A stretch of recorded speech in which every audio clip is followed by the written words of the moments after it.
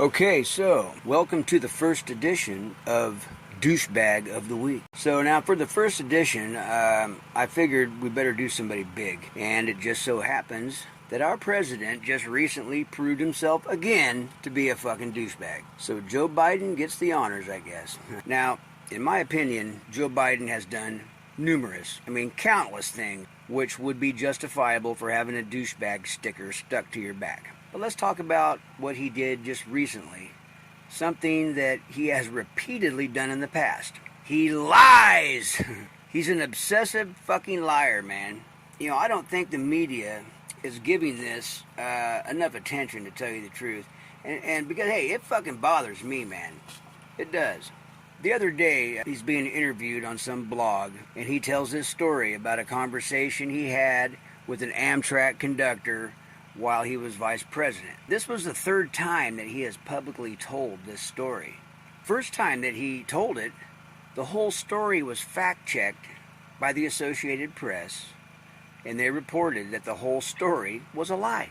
You know, the date and the year that Joe Biden allegedly had this conversation with the conductor that he's talking about, the conductor had been retired already for 7 years at that point, and by the time that he actually made the statement or told this lie, the guy was dead. So, you know, the story goes like this. The conductor made a statement like, "Hey, you must have rode this Amtrak a million miles, Joey baby."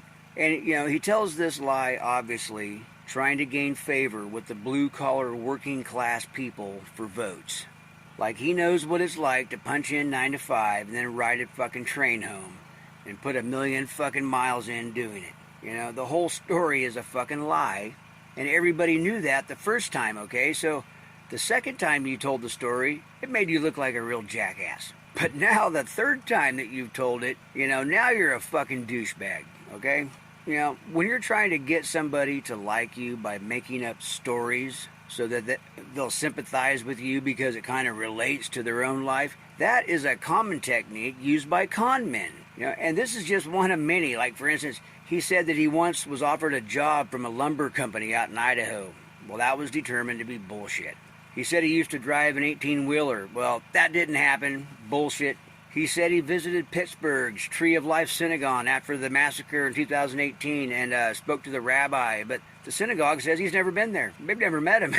So he's trying to make a phony connection with the voters. He's not a blue-collar worker that's struggling to get by. Let's get that straight. You know, he's lived in Washington almost his entire adult life. He tells people a story about his late son, Bo, killed in action, you know, but actually he died of brain cancer. You know, he tells this story when there's a crowd full of families who lost children in combat. Every one of these stories is just a calculated con job. And, you know, he's been doing this shit his whole career. They never fact-checked him before because a senator from Delaware doesn't get fact-checked very often because nobody gives a fuck about what he's saying. Once he became president, everything that came out of his mouth was fact-checked, and come to find out, this guy is consistently full of shit. So there it is there, Joe Biden.